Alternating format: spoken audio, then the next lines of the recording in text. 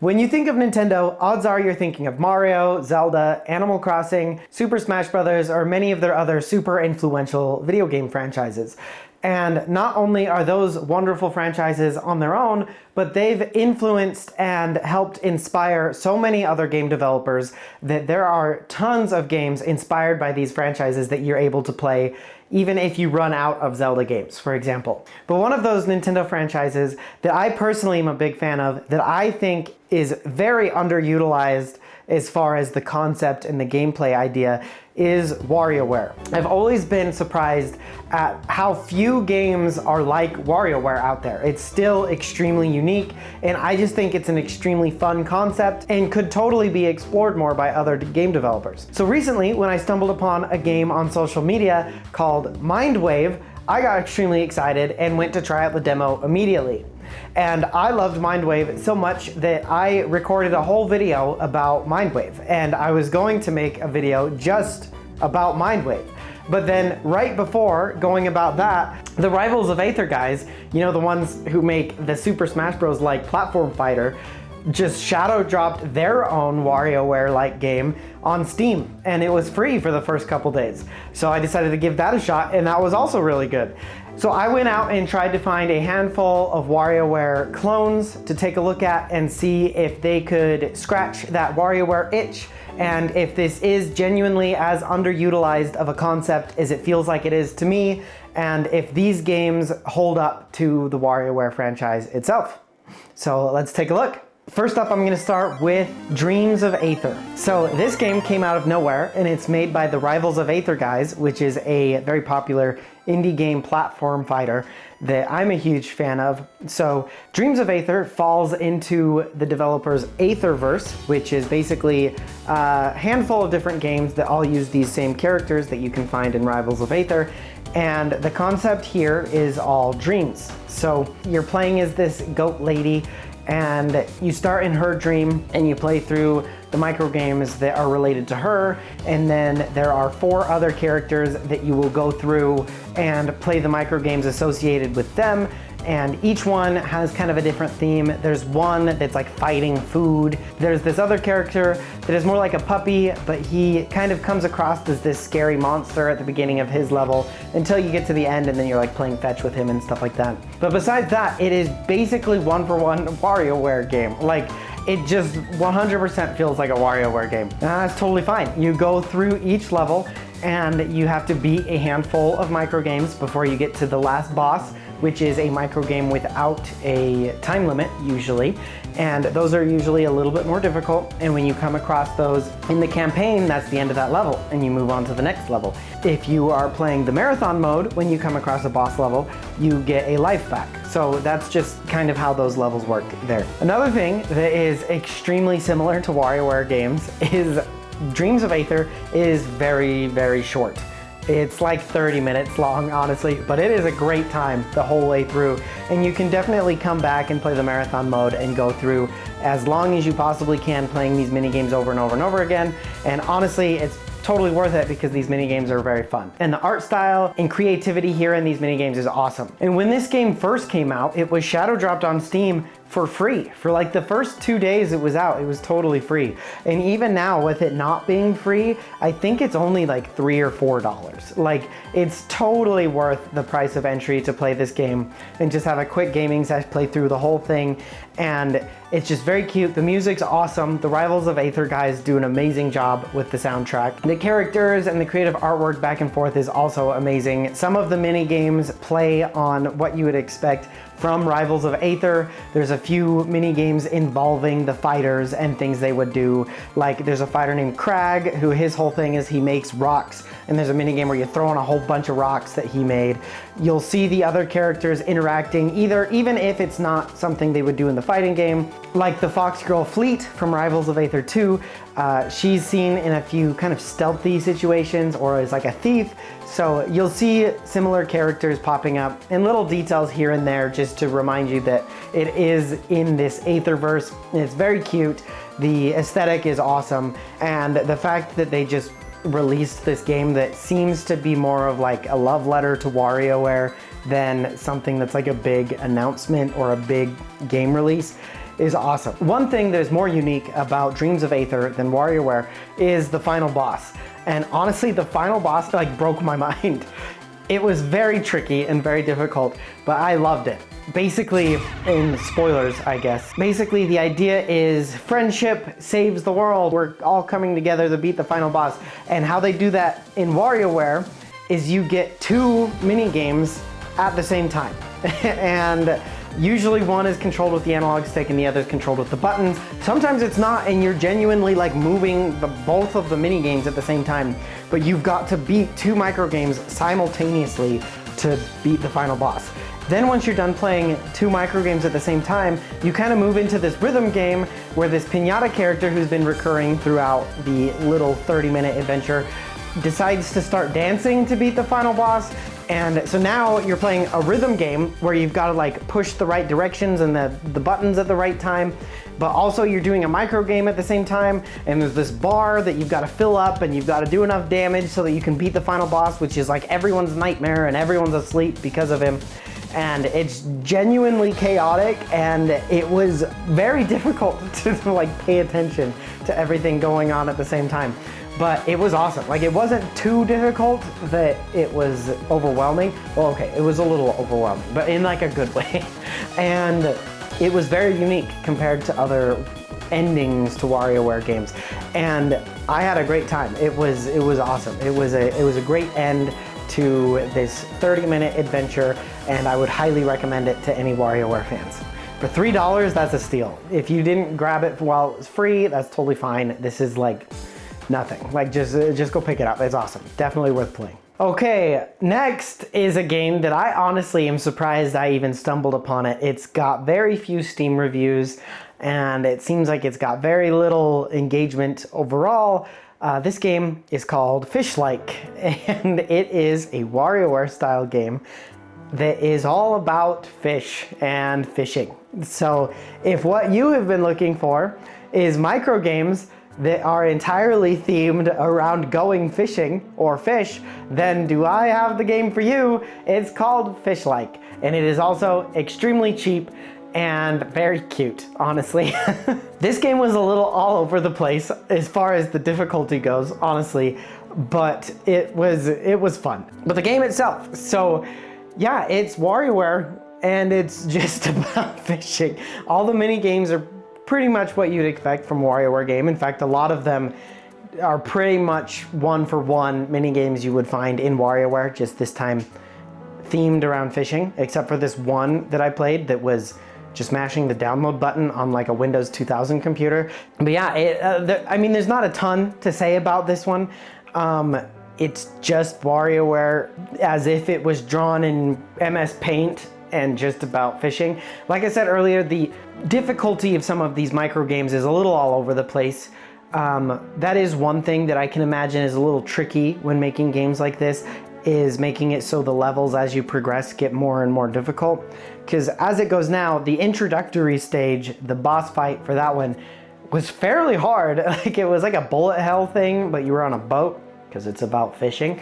And that was the introductory stage, and I had to play it a few times to get to that point and make it through that one, just because your boat is so big that the bullets hit you. But the second level that was after the introductory stage, that boss fight was super easy. Like, that one was not hard at all. So, you know, it's a little all over the place, but for what it is, it's very cute and it's a fun time. Again, these games are like really cheap, so you can't really go wrong with like a 30-minute game that is gonna cost like $2 to $5, you know. Another thing that's awesome is you can definitely tell the music was kind of a second thought, but I love it. It is so all over the place, and it just randomly, most of the music in this game is very much one note, like just kind of a beat, but then randomly Beethoven plays in one of the micro games as you're catching a fish with a cage.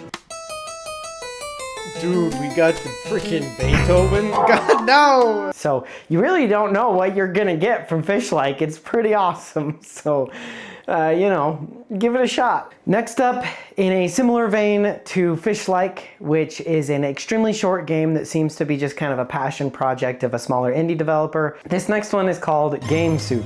And this one is all the way from 2019. This one definitely, instead of taking inspiration from Fish, is more so taking inspiration from many different games. Like there is Legally Distinct Link in here throwing pots, or stealing something from a storeroom.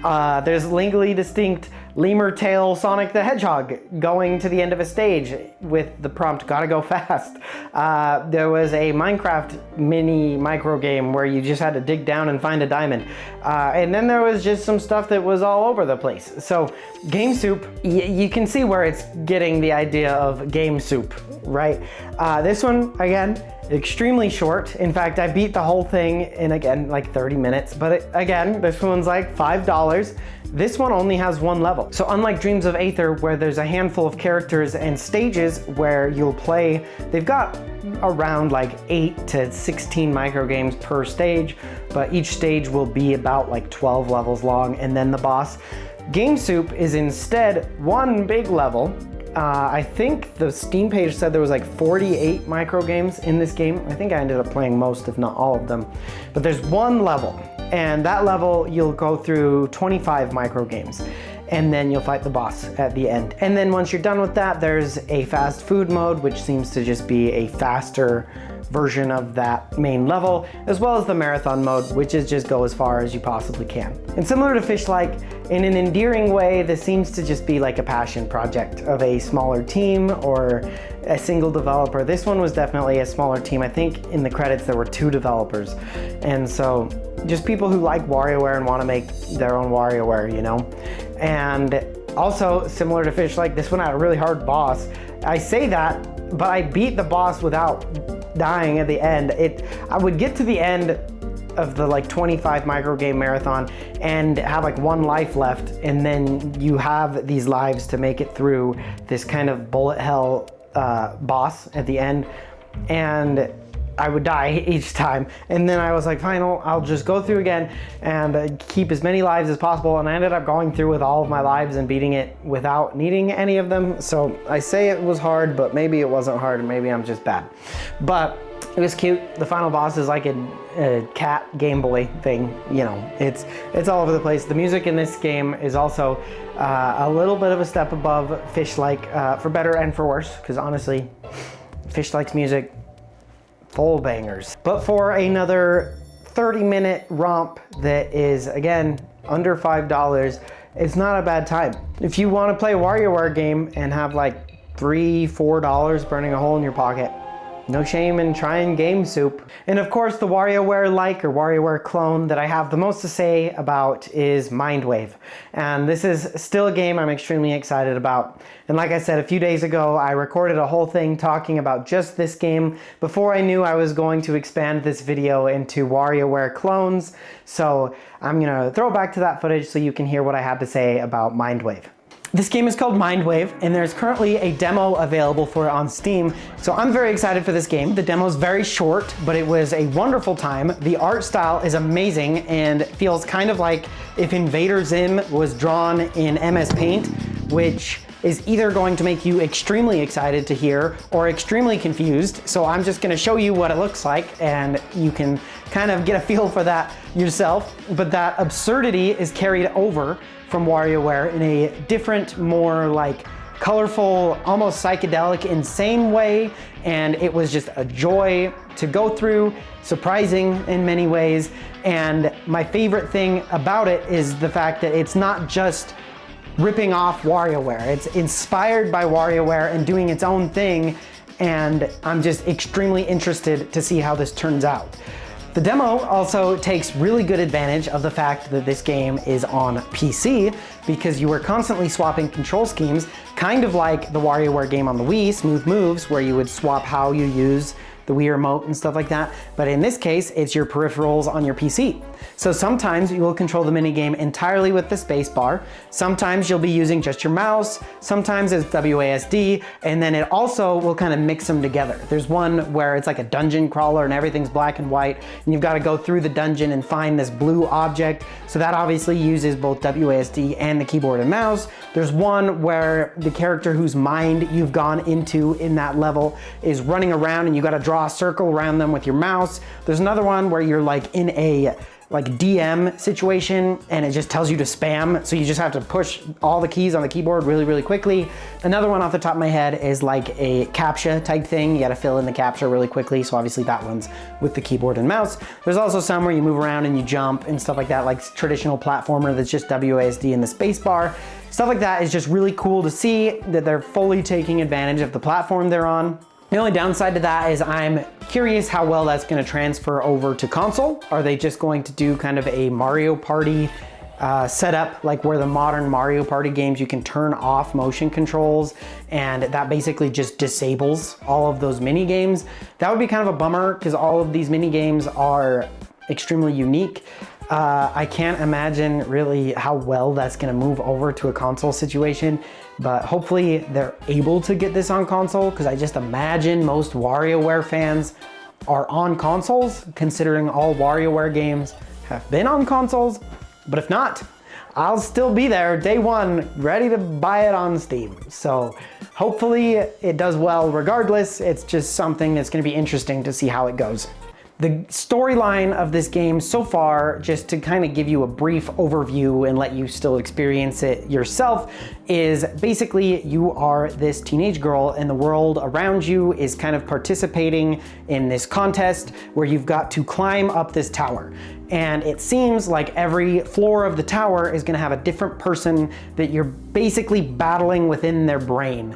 And the mini games, the micro games on that floor are themed around this person. The art style kind of changes up. It also seems like you will be seeing that person you're battling with in the mini games quite a bit, at least from the one that we see in the demo, which is a cool idea. I quite enjoy that.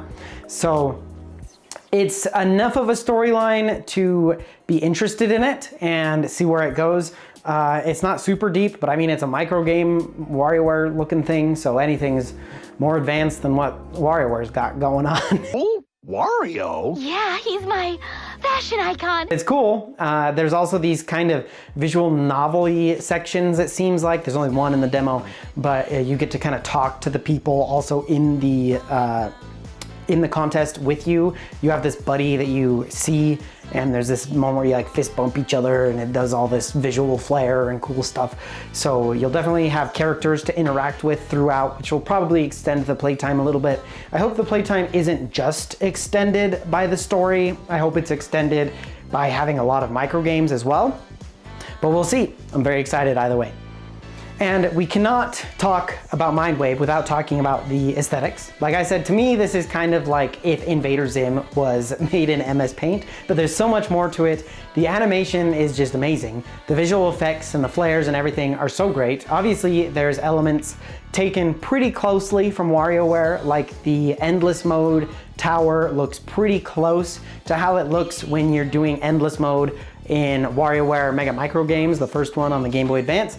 But overall, the aesthetic is great. I love that when you are battling within that first person's mind in the demo, that each like transition between the micro games is that person in kind of different styles doing different things, and it kind of keeps everything consistent to that level. But you can also just see how much the artists have been able to just stretch and do whatever comes to mind, and it's great. And it also goes along with the music, which is an often underrated bit of WarioWare, that while the music isn't like the most amazing thing you're ever gonna put on your iPod, other than Mona's Pizza, you know, it usually has animations that go along with the music, and the timer is timed to the beat of the music and stuff like that. And this game follows that, and it feels good. It just feels awesome to play this game. But yeah, I'm very excited for this game. I am in no way associated with the developers or anything like that. I just saw this game on social media, downloaded it, and thought it was awesome and wanted to talk about it, and hope that someone else out there will see this and also think it's awesome and go wishlist and show the devs that they are interested in this game. Because I want a world where there are more games like WarioWare, because man, does it just tickle my little short attention span brain to play a bunch of micro games quickly, one after another. And it also helps that the art style is amazing to look at, and as someone who loves just uniqueness in my games, this fits that perfectly. So yeah, honestly, there are some WarioWare clones and inspired games out there, but there's not a lot. And until Dreams of Aether and Mindwave specifically, it seemed to be mostly things made by really small indie devs that didn't get a lot of attention. And while Fish-like and Game Soup are really cute, and honestly they're a good time, I would recommend them, but I still think it's an underutilized concept overall. And the indie space is filled with creativity. And there are other games that take some inspiration from WarioWare that are less exactly like a WarioWare game. These types of little mini games are definitely in other indie games, and so it would just be false to say that indie games don't take inspiration from WarioWare. But I think there's still room for some more games that are more directly inspired by WarioWare. And especially being a game franchise full of games that are essentially you're able to beat in an hour or two, we need more of them. So if Nintendo's not gonna make them, I hope more indie games make them. And seeing developers make ones like Dreams of Aether and Mindwave makes me extremely excited for what indie developers can do with WarioWare-like games. So if there's any other WarioWare clones or games inspired by WarioWare that you know of, please leave a comment down below. I'd love to give them a shot. I do love Rhythm Heaven type games as well. Maybe I'll make a video on Rhythm Heaven likes. There are games like Melatonin out there that are far more inspired by Rhythm Heaven than they are WarioWare. And WarioWare and Rhythm Heaven are similar, somewhat, you know. So if that's something that sounds interesting to you, be sure to leave a like, comment down below that you'd like to see that. But yeah, I'm new to this whole YouTube thing. By this point, I do have a few other videos you can take a look at. But if this is content you enjoy, be sure to subscribe and stick around for more because there is plenty more on the way. And thank you for watching. I will see you guys next time. See ya.